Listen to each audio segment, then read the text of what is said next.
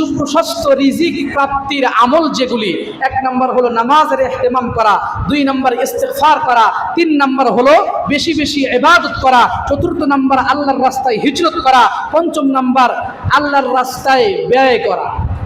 صل على سيدنا نبينا وشفيعنا وحبيبنا ومولانا محمد يا رب صل وسلم دائما أبدا على حبيبك خير الخلق كلهم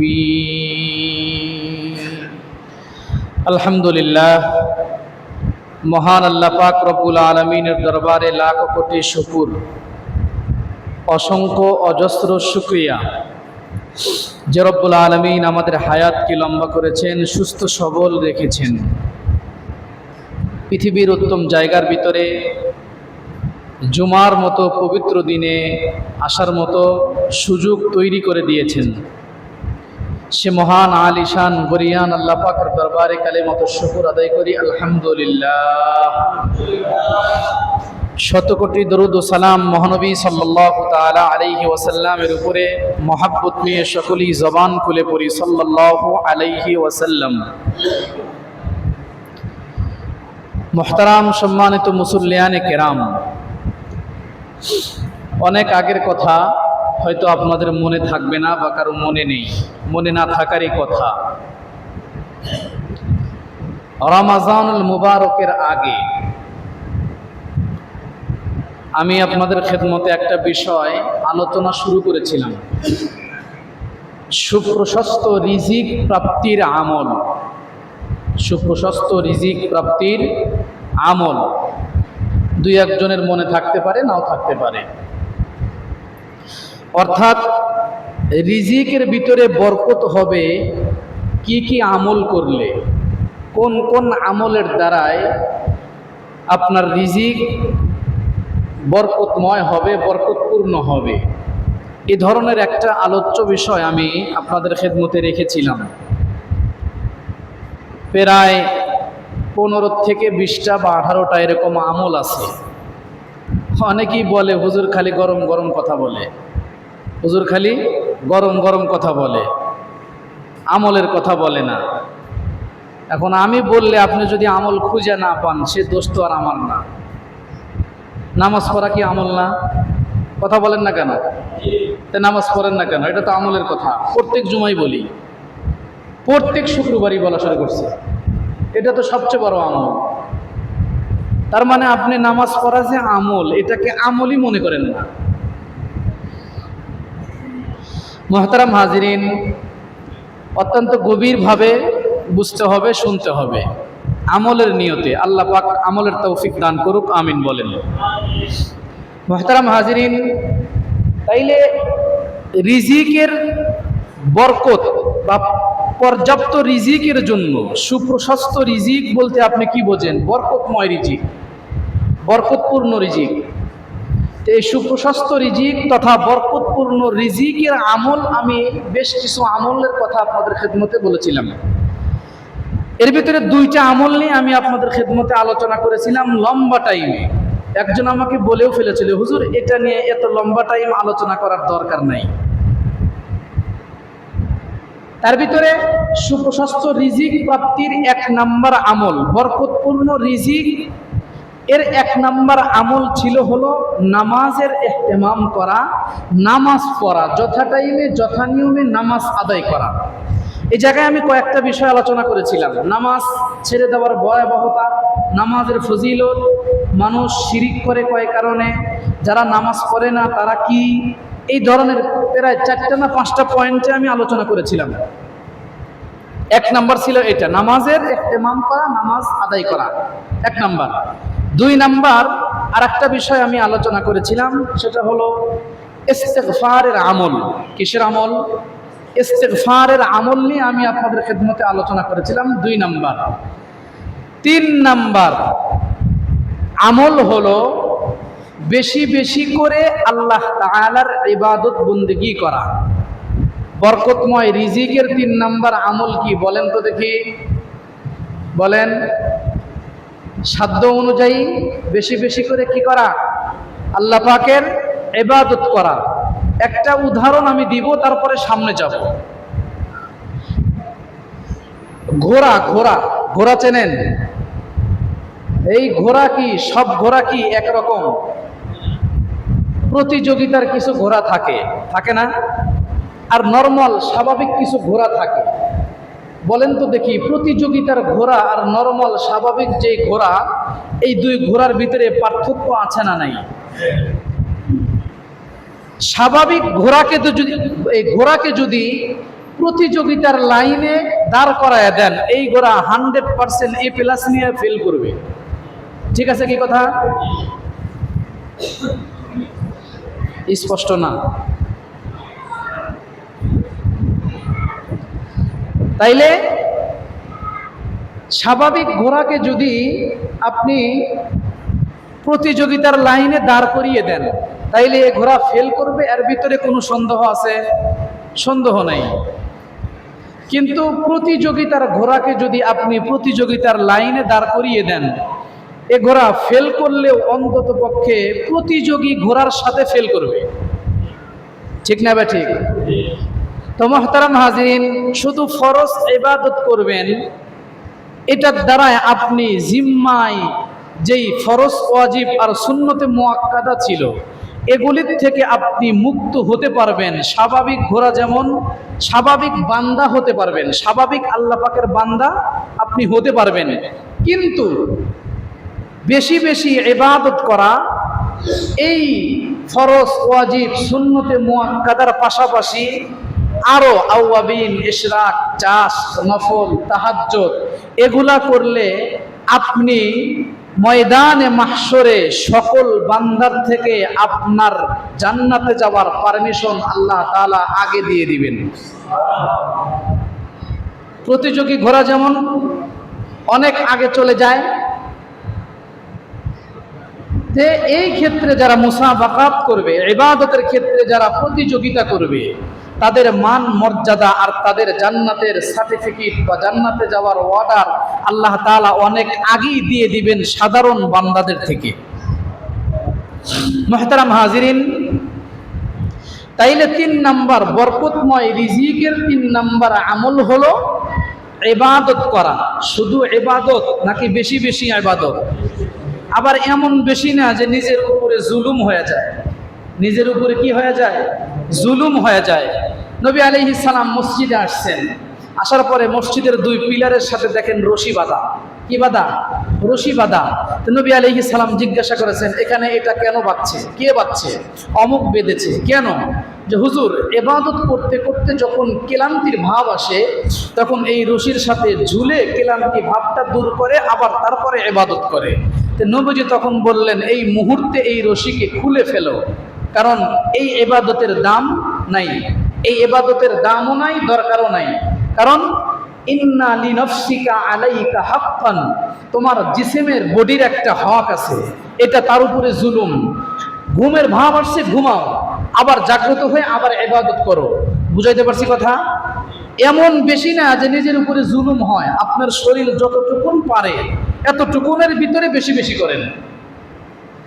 আবু হুরায়রা রাদিয়াল্লাহু তাআলা আনহুর রিওয়ায়াত, عن أبي هريرة عن النبي صلى الله عليه وسلم قال إن الله تعالى يقول يا ابن آدم।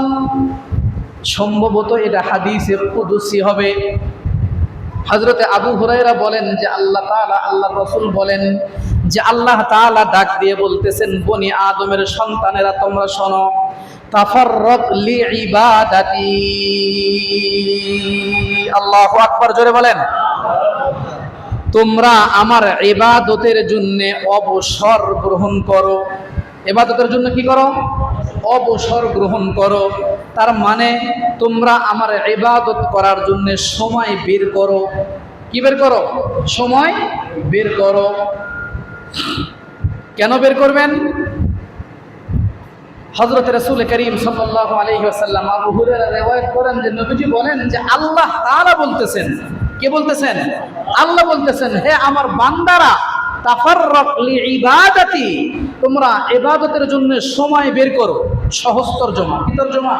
সহজ তরজমা, তোমরা আমার ইবাদতের জন্য সময় বের করো। কেন? আমলা আমলা সদরকা গিনা, যেই ব্যক্তি আমার ইবাদতের জন্য সময় বের করবে, আমি রব্বুল আলামিন ওই ব্যক্তিকে দুইটা জিনিস দ্বারাই পুরস্কারে পুরস্কৃত করব। কয়টা জিনিস? যেটা নিয়ে আমরা সব সময় পেরেশানিতে থাকি।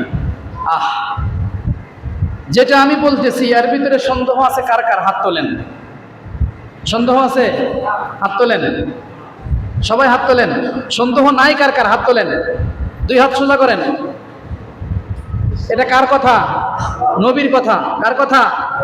আল্লাহর কথা। হাদিসে কুদসি নবীর জবান দিয়ে বের হয়েছে। কথা কার? আল্লাহ। জবান রাসূলের। হাত নামান। এই কথার ভিতরে কোনো প্রকারের কোনো সন্দেহ নাই। দেখেন, আমরা মানুষ গুনাহ করে দুইটা তাড়নায়। কয়টা তাড়নায়? দুইটা তাড়নায়। একটা হলো পেটের কারণে। কিসের কারণে? পেটের কারণে। পেট, এই পেটে কি দিবে? এই পেট খাবার রিজিকের কারণে গুনাহ করে এক। আর একটা মানুষ গুনাহ করে নিজের যৌবন, এটার চাহিদাকে পূরণের জন্য। এইটা এই হাদিসে একটার কথা আসছে।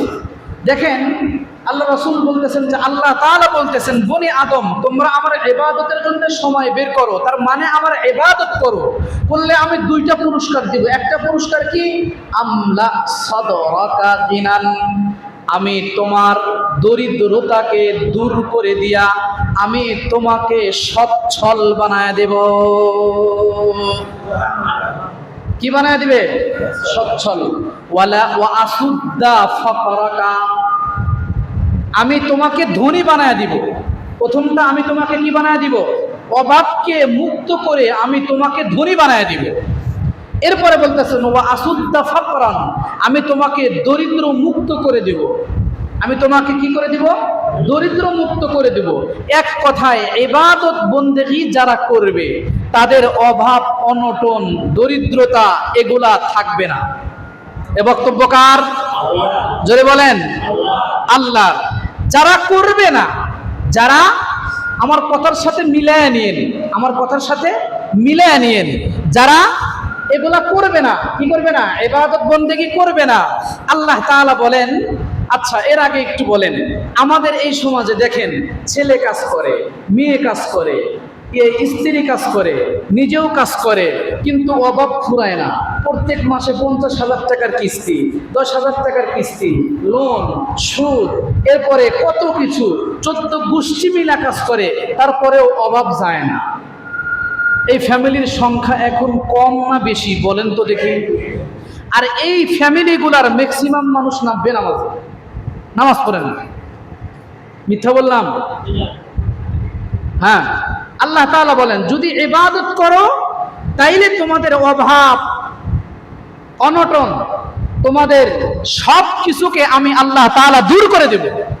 আর এরপরে আল্লাহ রাসূল বলেন যে আল্লাহ বলতেছেন ওয়া ইল্লা তাফআল, আর যদি তোমরা ইবাদত বন্দেগী না করো তাইলে মালাআতু বিয়াদাইকা শুগলান, আল্লাহ রাসূল বলেন যে আল্লাহ বলেন যদি ইবাদত বন্দেগী না করে তাইলে দু হাতে আমি আল্লাহ তাআলা ব্যস্ততা দিয়ে ভরে দেব।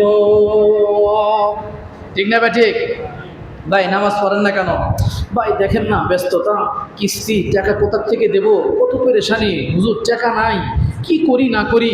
ঠিক আছে কথা? অজুহাত আর ব্যস্ততার কি শেষ আছে? জোরে বলেন। ১৫০০ বছর আগে রাসূল বলে গেছেন, বর্তমান 100% মিল আছে না নাই? এরপরে ওয়ালাম আসুদ্দা ফাকরাকা, রাসূল বলেন অভাব অনটন দিয়ে হাতকে ভরে দিব, ব্যস্ততা দিয়ে হাতকে ভরে দিব, এবং তোমাদের দরিদ্রতাকে আমি আল্লাহ তাআলা দূর করব না। নাউজুবিল্লাহ বললেন না? তাইলে এ হলো একটা হাদিস।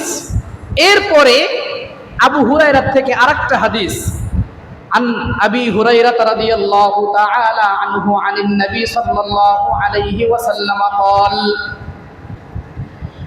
সাহাবী হযরতে আবু হুরায়রা বলেন যে আল্লাহর নবী বলেন ইন্নাদ দীনা ইসরুন, বলুন তো দেখি, দিন কঠিন না সহজ? জোরে বলেন, সবাই বলে না কঠিন না সহজ?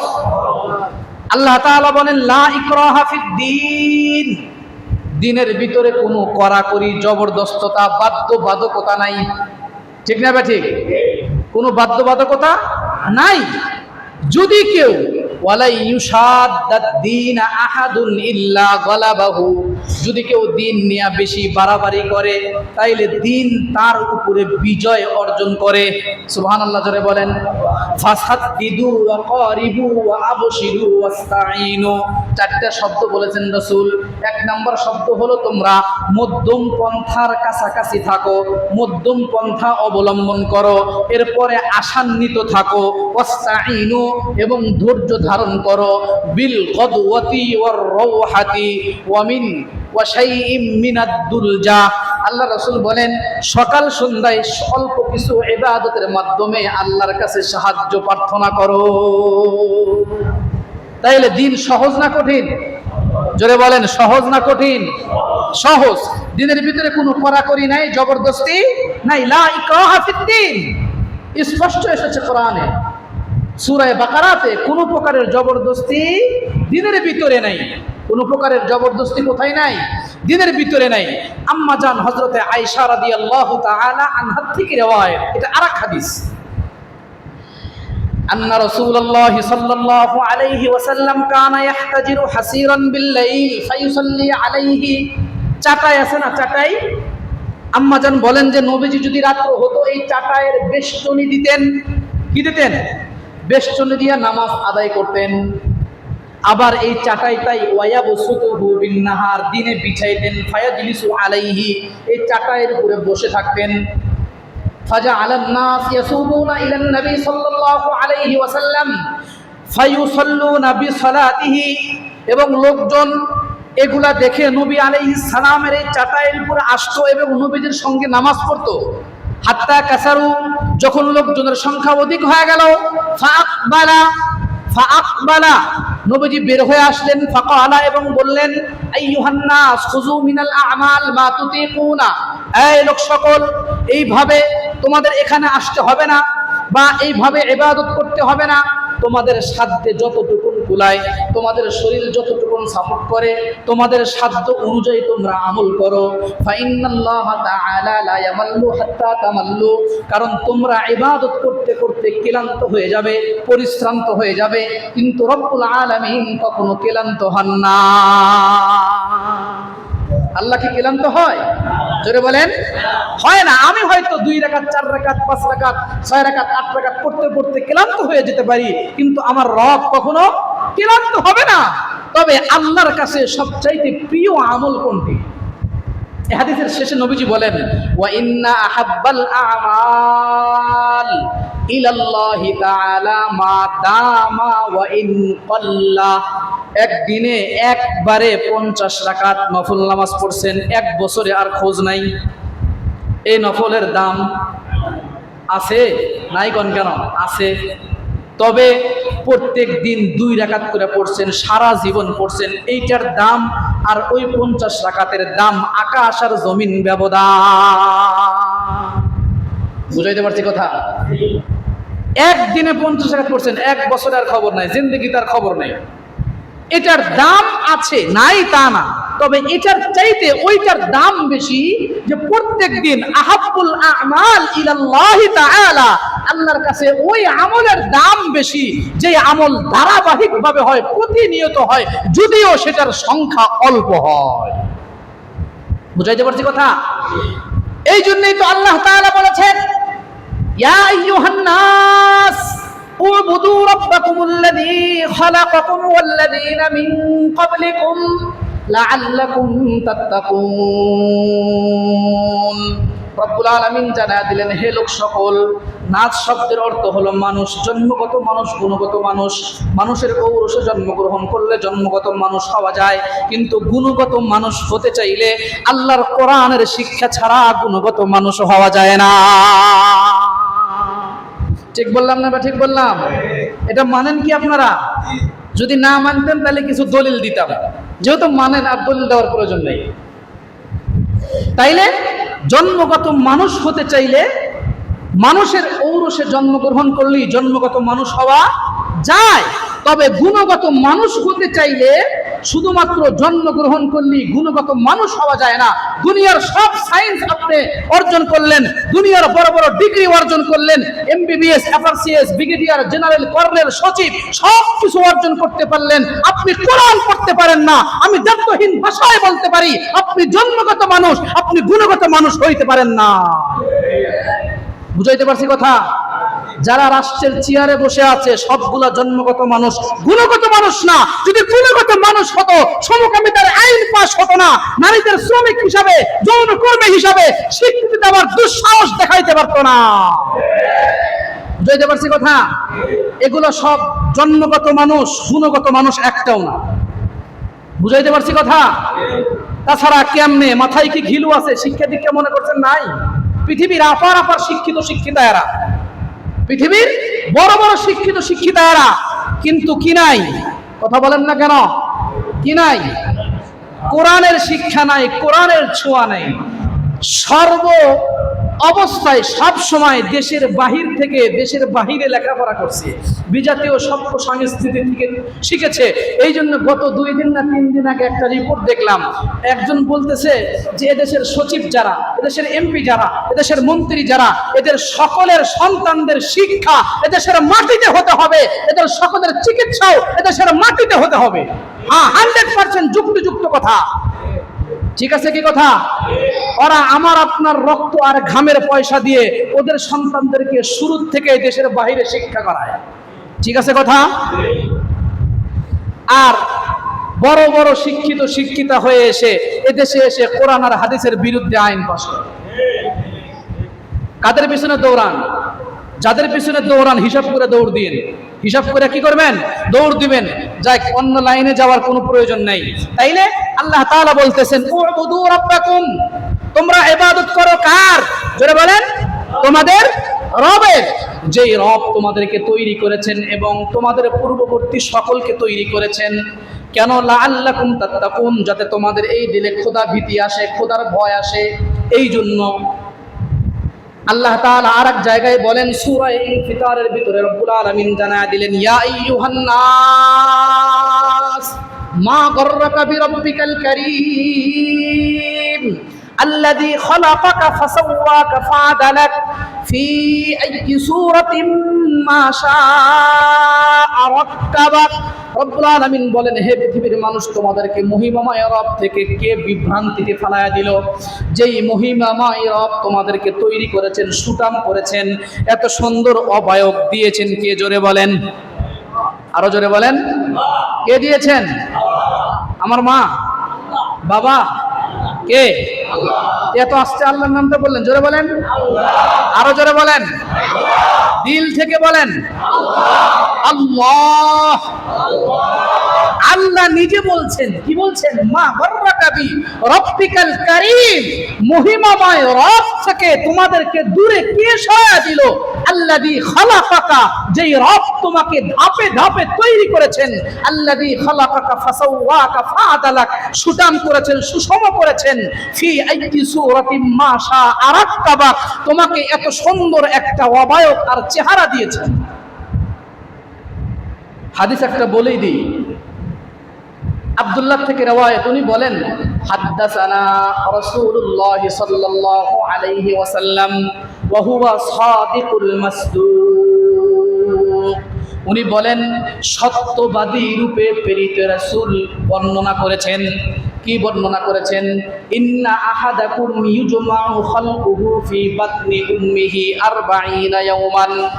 আল্লাহর রাসূল বলেন, যখন কোনো মানুষ প্রাপ্তবয়স্ক একজন স্বামী আর স্ত্রী যখন বিশেষ সাক্ষাতে মিলিত হয়, ওই যে এক ফোঁটা বিশেষ মুহূর্তে পানি বের হয়, এই পানিটা আমার পেটে 40 দিন বীর্য আকারে থাকে।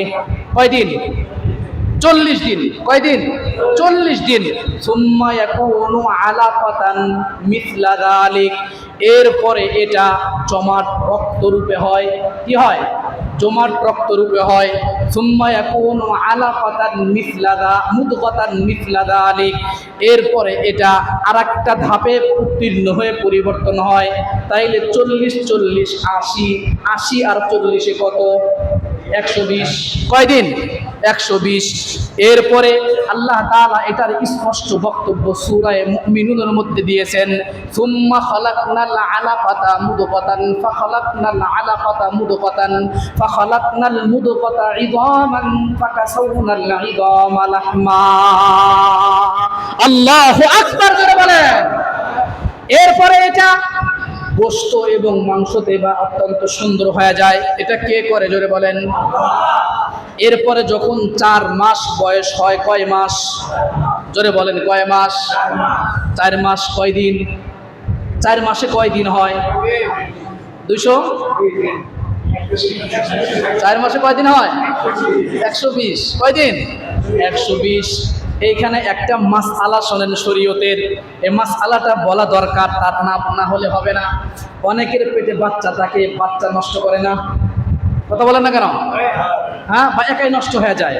এরপরে এই হাদিসে বলেন সুম্মা ইউনফাখু ফীহির রূহ, এরপরে এই 120 দিন তথা 4 মাস পরে এই বাচ্চাকে রূহ দিয়ে দেওয়া হয়। রূহ কয় দিনে দেয়? 4 মাস পরে। কয় মাস পরে? 4 মাস পরে। এই 4 মাসের পরে উলামায়ে কেরাম, ফুকাহায়ে কেরাম গবেষণা করে তাদের তথ্য বর্ণনা করেছেন যে এই 4 মাসের আগে, রূহ দেওয়ার আগে, কি দেওয়ার আগে? রূহ দেওয়ার আগে, এই 4 মাসে রূহ দেওয়ার আগে যদি বিজ্ঞ কোনো ডাক্তার বা মার শারীরিক অবস্থা যদি ঝুঁকিপূর্ণ হয়, কি হয়? ভালো করে বোঝেন, কি হয়? ঝুঁকিপূর্ণ হয়, তাইলে এই ব্রণ নষ্ট করতে পারবেন। এই বাচ্চা ফেলে দেওয়া, ঘুমান, কিতে ফেলে দেওয়া? ঘুমাইতেছেন? বুঝতেছেন কথা? রূহ দেওয়ার আগে, রূহ দেওয়ার 4 মাস হলে কি দেওয়া হয়? রূহ দিয়ে দেওয়া হয়। রূহ দেওয়ার আগে যদি মার শারীরিক দুর্বলতা থাকে, যদি ক্ষতি হওয়ার কোনো সম্ভাবনা থাকে, বিজ্ঞ কোনো ডাক্তার যদি বলে বা মা এমনি শারীরিক দুর্বল, তাইলে এই 4 মাস রূহ দেওয়ার আগে এই বাচ্চা যদি কেউ কি করে? নষ্ট করে, বা মার শারীরিক অবস্থা জনিত কারণে এটা ফেলে দিতে পারবে। কিন্তু রূহ দেওয়ার পরে, কি দেওয়ার পরে? রূহ দেওয়ার পরে মা যদি মারাও যায়, তারপরেও এই বাচ্চা নষ্ট করা শরীয়তে ইসলামে অনুমতি নাই। বুঝাইতে পারছি কথা? তাইলে আপনি এই মাসালাটা বলা আমার উদ্দেশ্য ছিল না, এসে গেছে এজন্য বলে দিলাম। তাইলে চিন্তা করেন, আমি তো ওইটাই ছিলাম, এক ফোঁটা নাপাক বীর্য। হাল আতা আলাল ইনসান হিনুম মিনাদ দাহরি লাম ইয়াকুন শাইআম মাযকুরা। রব্বুল আলামিন জানায়া দিলেন, তুমি কিছু ছিল না, কিছুই ছিল না। শিলা আকাশের ভিতরে, বালিকণায়, মাটির ভিতরে, কাদার ভিতরে, সব জায়গা থেকে আমি আল্লাহ তাআলা কুদরতের খেলা দেখায়া জমা করে তোমার মার গর্ভে আমি আল্লাহ তাআলা তোমাকে অস্তিত্ব দিয়েছি। তাইলে তৈরি কে করলেন? জোরে বলেন, আরো জোরে বলেন। আল্লাহ। এই এত ধাপে ধাপে, এত সুন্দর অবয়ব দিয়া, এত কিছু দিয়া তৈরি করার পরেও যেই মানুষ 5 ওয়াক্ত নামাজ পড়তে পারে না, আর চাইতে নিমক হারাম, নির্লজ্জ, বেহায়া আল্লাহর আসমানে আর জমিনের উপরে কেউ না। ঠিক আছে কথা? তাইলে 3 নাম্বার বরকতময় রিজিকের 3য় আমল কি বলেন তো দেখি? বেশি বেশি কি করা? ইবাদত করা। বেশি বেশি কি করা? ইবাদত করা। বেশি বেশি কি করা ভাই? ইবাদত বন্দেগী করা। বেশি থেকে বেশি কি করা? ইবাদত করা। এবার আসেন 4র্থ নাম্বার আমল। আলোচনা চলতেছে কিসের বলেন তো দেখি? বরকতময় রিজিকের আমল। বরকতময় রিজিকের আমল, সুপ্রশস্ত রিজিক প্রাপ্তির আমল। সুপ্রশস্ত রিজিক প্রাপ্তির আমল। 1 নাম্বার কি বলছিলাম? নামাজ। 2 নাম্বার ইস্তেগফার। 3 নাম্বার বেশি বেশি কি করা? আমল করা। 4র্থ নাম্বার আমল হলো হিজরত করা। কি করা? হিজরত করা। আল্লাহর রাস্তায় কি করা? হিজরত করা। হযরতে জাবের থেকে রওয়ায়াত, উনি বলেন যা আব্দুন ফাবায়া আন নবী সাল্লাল্লাহু আলাইহি ওয়াসাল্লাম আলাল হিজরা, এক ব্যক্তি আসলো, গোলাম কৃতদাস, নবীজির কাছে আসলেন। আসার পরে হিজরতের উপরে বায়াত গ্রহণ করলেন। ওয়ালাম ইয়াশউর আন্নাহু আব্দুন, নবীজি জানে না যে এ গোলাম কৃতদাস। ফাজাআ সাইয়্যিদুহু ইউরিদুহু, তার মনিব চলে আসছে নবীর দরবারে, এসে বলতেছে ইয়া রাসূলুল্লাহ, এ তো আমার কৃতদাস, আমার গোলাম, আমাকে ফেরত দিয়ে দেন। কি করেন? আমাকে ফেরত দিয়ে দেন। নবীজি তাকে বললেন বিইনিহি, এই গোলামটাকে তুমি আমার কাছে বিক্রি করে দাও। কি করে দাও? বিক্রি করে দাও। আল্লাহর নবী বললেন বিক্রি করে দাও। ফাশতারাহু বিআবদাইনে আসওয়াদাইনে, কালো দুইটা গোলামের বিনিময়ে এটাকে খরিদ করে নেওয়া হলো। কালো দুইটা গোলামের বিনিময়ে এই গোলামকে কৃতদাসকে কিনে নেওয়া হলো। সুম্মা লাম ইউবাই, এরপরে নবী আলাইহিস সালাতু ওয়াস সালাম আর কখনো বায়াত করেন নাই, যতক্ষণ পর্যন্ত হাত্তা ইয়াসআলাহু আ'আবদুন হুয়া, যতক্ষণ পর্যন্ত নবীজি জিজ্ঞাসা না করতেন যে তুমি কি গোলাম, কৃতদাস, নাকি আজাদ, নাকি স্বাধীন।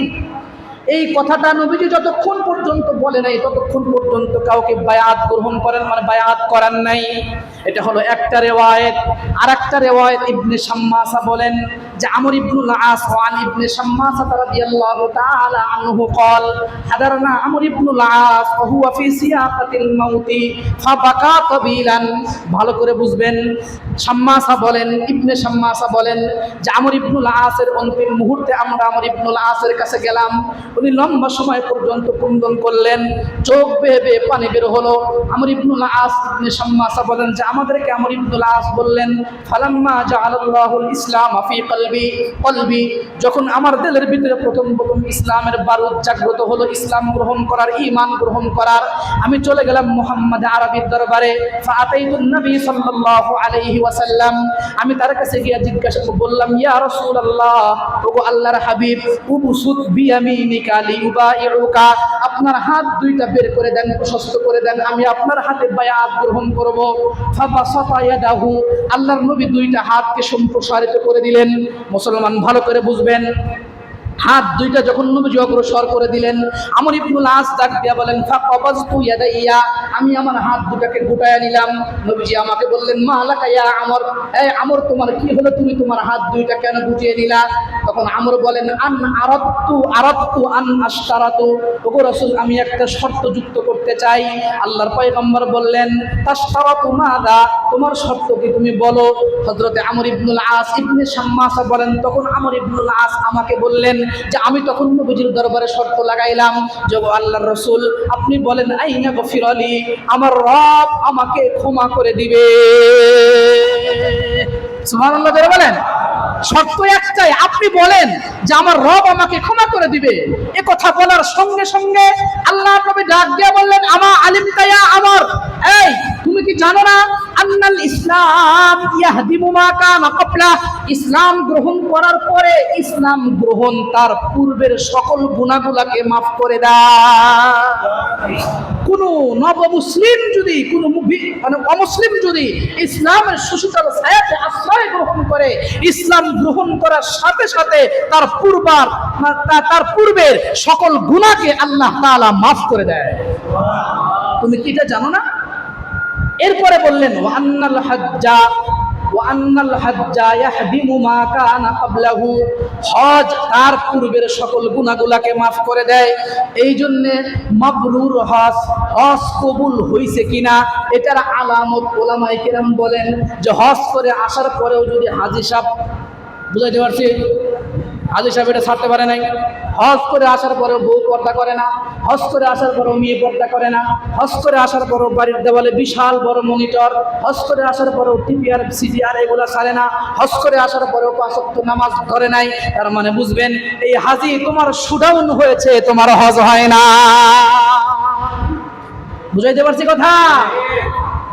হজ পূর্বের সকল গুনাহকে মাফ করে দেয়। ওয়া আন্নাল হিজরাতা তাহদিমু মা কানা ক্বাবলাহা, আল্লাহর রাসূল বলেন ওমর তুমি কি জানো না যে হিজরত তার পূর্বের সকল গুনাহগুলোকে মাফ করে দেয়। সেই জন্য প্রত্যেক মাসে আল্লাহর রাস্তায় যাওয়ার প্রয়োজন আছে না নাই? কথা বলেন না কেন? যাবেন তো? জীবনেও যাবো না, তাই না? জীবনেও যাব না, যাইতে রাজি নাই, যাবেন। আল্লাহ তৌফিক দান করুক, আমিন বলেন। عن معاوية قال قال سمعت النبي صلى الله عليه وسلم হযরত মুআবিয়া বলেন যে নবীকে বলতে শুনেছি আমি, লা তানকাতিউল হিজরাতা হাত্তা তানকাতিআত তাওবা, তওবার দরজা যতক্ষণ পর্যন্ত বন্ধ না হবে। এই হাদিসটা এজন্যই বলছে, অনেকেই বলে এগুলা কি আর চলে নাকি, নবীর জামানায় ছিল, এখন কি আর আছে? ঠিক বললাম না? ঠিক বললাম? এই ধরনের বলার লোক আছে না নাই? জোরে বলেন। এখনো হিজরত করা লাগবে, এগুলা কি আর এখন আছে নাকি? 3 চিল্লায় যাওয়া লাগবে, 5 চিল্লায় যাওয়া লাগবে, 10 দিনে যাওয়া লাগবে, এখানে যাওয়া লাগবে, সেখানে যাওয়া লাগবে, ইসলামী সমাবেশে যাওয়া লাগবে, এই এলাকা আছে নাকি এখন? নবী কয়টা সমাবেশ করছে? নবীজি কয়টা চিল্লা দিছে? এই ধরনের লোক আছে না নাই? কথা বলেন না কেন? দেখেন, হিজরতের প্রকার আছে। হিজরতের কি আছে? প্রকার আছে। আমি সেদিকে গেলে লম্বা হয়ে যাবে। বুখারীর প্রথম হাদিসই আসছে হিজরত নিয়ে আলোচনা। যাই হোক, এবার আসেন, তাইলে তওবার দরজা যতক্ষণ পর্যন্ত ক্লোজ না হবে, বন্ধ না হবে, ততক্ষণ পর্যন্ত হিজরতের দরজাও বন্ধ হবে না। লা তানকাতিউল হিজরাতা হাত্তা তানকাতিআত তাওবা, তওবার দরজা যতক্ষণ পর্যন্ত বন্ধ না হবে, হিজরতের দরজাও বন্ধ হবে না। ওয়ালা তানকাতিউত তাওবা হাত্তা তাতলুআশ শামস মিন মাগরিবিহা, আর তওবা বন্ধ হবে না ওই সময় পর্যন্ত যতক্ষণ পর্যন্ত পশ্চিম আকাশ থেকে সূর্য উদয় না হবে। তাইলে হিজরত কোন পর্যন্ত আছে? জোরে বলেন, কোন পর্যন্ত? পশ্চিম আকাশে সূর্য উদয় হওয়ার আগ পর্যন্ত। তাইলে আল্লাহ তাআলা বলেন, যারা আল্লাহর রাস্তায় হিজরত করে, ওমাই ইউহাজির ফি সাবিলিল্লাহ ইয়াজিদ ফিল আরদি মুরাগামান কাসীরান ওয়া সাআ। রব্বুল আলামিন জানায়া দিলেন, শোনো শোনো, যারা রবের রাস্তায় হিজরত করে রব্বুল আলামিন তাদেরকে 2টা পুরস্কারে পুরস্কৃত করে। তাদের যদি কোনো আবাস স্থল না থাকে, আল্লাহ তাআলা আবাস স্থলের ব্যবস্থা করেন, অর্থাৎ থাকার জায়গার ব্যবস্থা আল্লাহ করে দেয়। 2 নম্বর হলো কাসীরান ওয়া সাআ, মুরাগামান কাসীরান ওয়া সাআ, রিজিকের ভিতরে আল্লাহ তাআলা প্রশস্ততা, পর্যাপ্ত রিজিক আল্লাহ তাআলা দান করে হিজরতকারীদের। এটা সূরা বাকারার আয়াত, 3 নম্বর পারা, 5 নম্বর পৃষ্ঠায়, না সূরা নিসার আয়াত, সম্ভবত 5 নম্বর পারায় আসছে এটা। এই হলো 4th নম্বর আমল। কি ভাই? আল্লাহর রাস্তায় হিজরত করা। যারা হিজরত করে, আপনি করতে পারতেছেন না, ব্যবসা বাণিজ্য এই সে ঝামেলা আছে, বিভিন্ন প্রকার সমস্যা আছে, করতে পারতেছেন না, তাইলে আপনি এক কাজ করেন, যারা যায় তাদেরকে সহযোগিতা করেন, যারা যায় তাদেরকে কি করেন? সহযোগিতা করেন। 4 নম্বর আমল। 5 নম্বর আমল হলো আল্লাহর রাস্তায় ব্যয় করা। আল্লাহর রাস্তায় কি করা ভাই? ব্যয় করা। জোরে বলেন, আল্লাহর রাস্তায় কি করা? আল্লাহর রাস্তায় ব্যয় করা। কায়েস ইবনে সেলা আল আনসারী, এই সাহাবী রাসূলের দরবারে আসলেন। আন্না ইখওয়াতাহু শাকাউহু ইলান নবী সাল্লাল্লাহু আলাইহি ওয়াসাল্লাম, নবীজির দরবারে এসে নবীজির কাছে অভিযোগ দায়ের করলেন, মামলা দায়ের করলেন যে ওগো আল্লাহর হাবিব, আমার ভাই আছে একটা, ইন্নাহু ফাকালু ইন্নাহু ইয়াবযুরু মালুহু ওয়া ইয়ানবাসাতু ফীহি, ওগো রাসূল, আমার ছোট ভাই বা আমার বড় ভাই বা আমার ভাই সম্পদ অযথা ব্যয় করে, অপব্যয় করে এবং পর্যাপ্ত হাত, বড্ড বেশি হাত খুলে খরচ করে। অভিযোগ করলেন। কায়েস ইবনে শাম্মাসা বলেন, তার ভাইয়েরা এসে নবীজির কাছে অভিযোগ দায়ের করলেন। এখন যেই ভাইয়ের ব্যাপারে অভিযোগ দিলেন, সেই ভাই নবীকে ডাক দিয়ে বলে, ইয়া রাসূলুল্লাহ, ওগো আল্লাহর হাবিব, আখাযা নাসিবি মিনাত তামারি, ওগো রাসূল, আমি কেবলমাত্র শুধুমাত্র আমার যে অংশটুকু আমি ভাগে পেয়েছি, আমার যে হিস্সা, এই হিস্সাটাই আমি গ্রহণ করি, খেজুরের যে অংশটা, আমার অংশে যেই খেজুরের ভাগটা, ওই খেজুরের ভাগটাই আমি গ্রহণ করি। ফাআনফাকাহু ফি সাবিলিল্লাহ ওয়া আলা মান সাহিবাতি, এবং আমি এটা আল্লাহর রাস্তায় ব্যয় করি এবং আমার বন্ধু বান্ধব সাথী সঙ্গী যারা আছে তাদের কাছে, তাদের উপরে ব্যয় করি, তাদের উপরে ব্যয় করি। ফাদারাবা রাসূলুল্লাহ সাল্লাল্লাহু আলাইহি ওয়াসাল্লাম সাদরাহু, আল্লাহর পয়গম্বর ওই সাহাবীর বুকে এরকম 3 বার মারলেন। কয়বার? তিনবার মারলেন। ওয়াকালা এবং বললেন আনফিক ইনফাকা আলাইকা সালাসা মাররাত। আল্লাহর পয়গম্বর হাত মারলেন তার বুকের উপরে এবং বললেন তিনবার যে তুমি খরচ করো এবং আল্লাহ তাআলাও তোমার উপরে খরচ করবে। তুমি কি করো? খরচ করো, আল্লাহ তাআলা তোমার উপরে কি করবেন? খরচ করবেন। তুমি ব্যয় করো, রব তোমার উপরে ব্যয় করবেন। এরপরে এই সাহাবী বলেন ফালাম্মা কানা বাদা যালিক ফি খরাজতু ফি সাবিলিল্লাহ।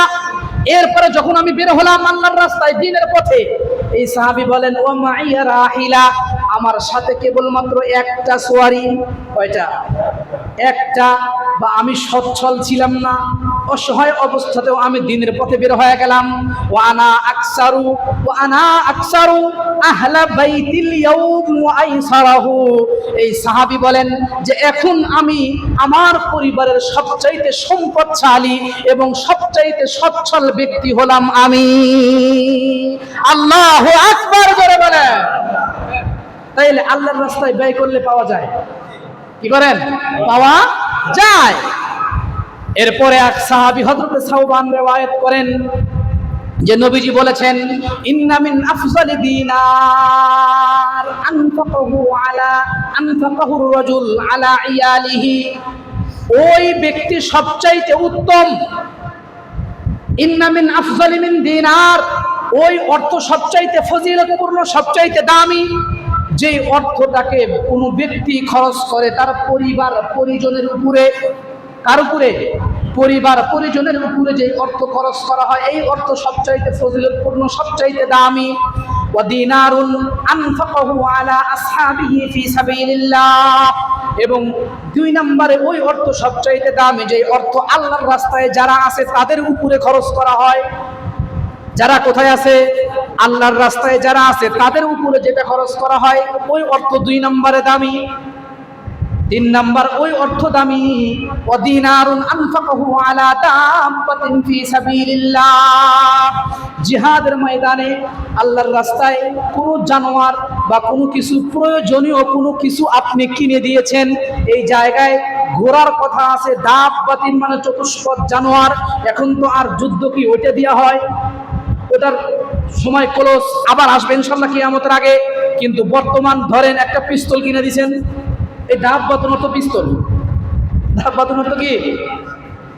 চতুষ্পদ জানোয়ার, কিন্তু পিস্তল না। আবার বলেন না দাব্বাতুন অর্থ পিস্তল না, কিন্তু বোঝানোর জন্য বলছি। এখন তো আর ওটা দিয়ে হয় না। ঘোড়া দিয়ে কেউ যুদ্ধ করে? তরবারি দিয়ে করে? করে না তো। এখন যেটার সময় আছে ওই তরজমাটা আমি করলাম। এখন যে সময় ওটার তরজমা আমি করলাম, এটাই, তাছাড়া কিছু না। আবু কিলাবা বলেন বাদাবিল ইয়াল, পরিবার দিয়ে শুরু করেছেন, তাইলে বোঝেন। তাইলে আবু কিলাবা বলেন যে ওয়াইতু রাজুলিন আযমু আজরাম মিন রাজুলিন, ওই ব্যক্তির চাইতে কোন ব্যক্তি সবচাইতে মর্যাদাবান হতে পারে? যেই ব্যক্তি ইনফিকু আলা ইয়ালি সিগারিন, নিজের ছোট ছোট বাচ্চা, নিজের পরিবারের ছোট ছোট অবশ নাবালকদের উপরে খরচ করে। হ্যাঁ, ওই ব্যক্তির চাইতে ফজিলতপূর্ণ আর মর্যাদাবান কেউ হতে পারে না।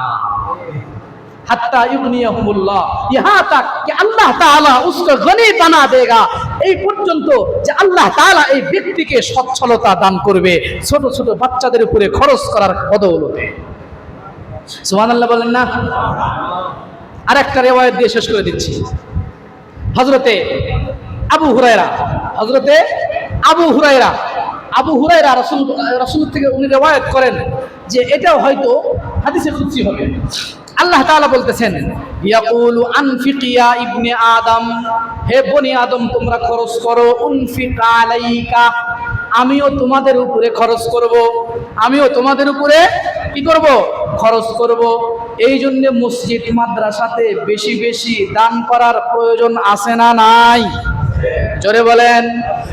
মসজিদে মাদ্রাসাতে রাস্তাঘাটে অসহায় দুস্থ দরিদ্র যারা আছে, কিন্তু রাস্তাঘাটে ভিক্ষুক যারা, এটা একটা এখন পেশা হিসাবে একটা রূপ ধারণ করেছে, ঠিক না? ঠিক।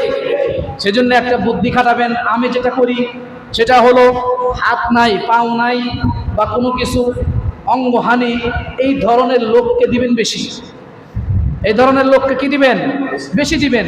বাকি অন্য কিছু আছে দেখবেন যেগুলা স্পষ্টই হাত নাই বা পা নাই, কোনো অঙ্গহানি স্পষ্ট দেখা যাচ্ছে, অনেক অভিনয় করেও অঙ্গহানি করে, অনেকে অভিনয় করেও ভান ধরে, এরকমও পাওয়া যায়।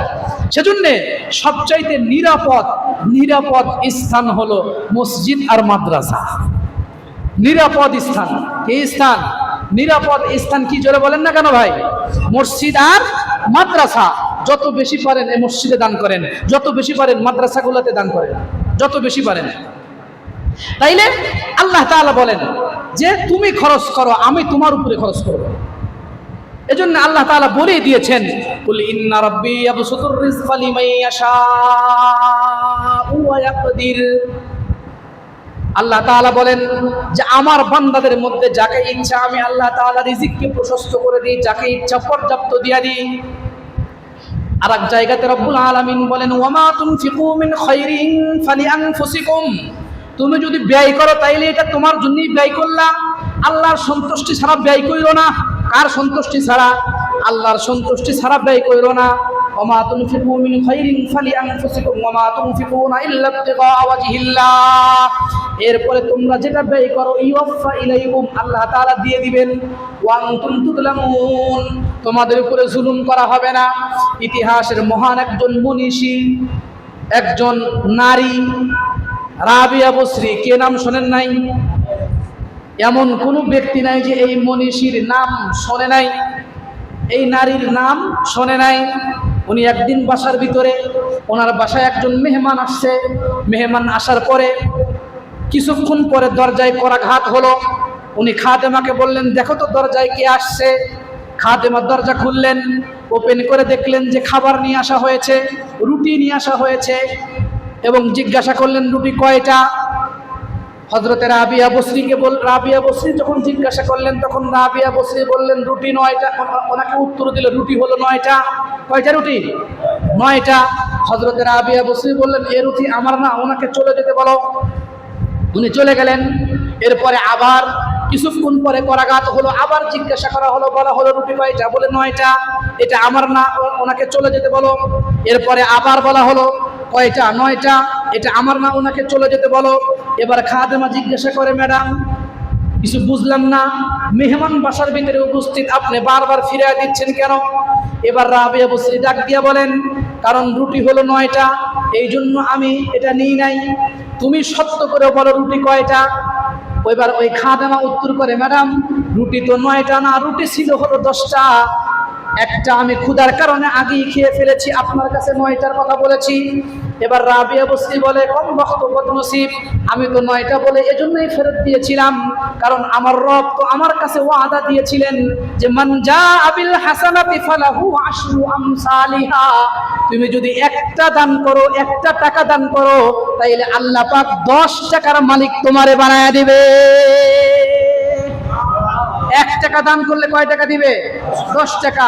রাবিয়া বসরি বলেন, গাধা, আমি সকালবেলায় একটা রুটি ছিল বাসার ভিতরে, ভিক্ষুক আসছিল, আমি দিয়ে দিয়েছি, কিন্তু আমার যোগ বিয়োগে মিলতে ছিল না। কোরআনের এই আয়াত তো সত্য, রুটি 9টা হবে কেন? রুটি তো আমার না, এজন্য আমি বারবার ফিরে দিয়েছি, কিন্তু আল্লাহর কাজ তো আল্লাহ ঠিকই করেছিল, তুই আমাকে আগে বললি না কেন? আল্লাহু আকবার। তাইলে 3 নম্বর আমল কি বলেন তো দেখি? 3 নম্বর আমল কি? পকেট থেকে ব্যয় করা, চুরি করে ব্যয় করা না। কি করে ব্যয় করা না? পকেট থেকে কি করা? দিনের রাস্তায় কি করা? ব্যয় করা। এটা হলো 3 নম্বর আমল। তাইলে সুস্বাস্থ্য রিজিক প্রাপ্তির আমল যেগুলি, 1 নম্বর হলো নামাজের ইহতিমাম করা, 2 নম্বর ইস্তিগফার করা, 3 নম্বর হলো বেশি বেশি ইবাদত করা, 4th নম্বর আল্লাহর রাস্তায় হিজরত করা, 5ম নম্বর আল্লাহর রাস্তায় ব্যয় করা। আল্লাহর রাস্তায় কি করা? ব্যয় করা। মনে থাকবে তো ইনশাআল্লাহ? আল্লাহ পাক আমাদেরকে তৌফিক দান করুন। আসসালামু আলাইকুম ওয়া রাহমাতুল্লাহ।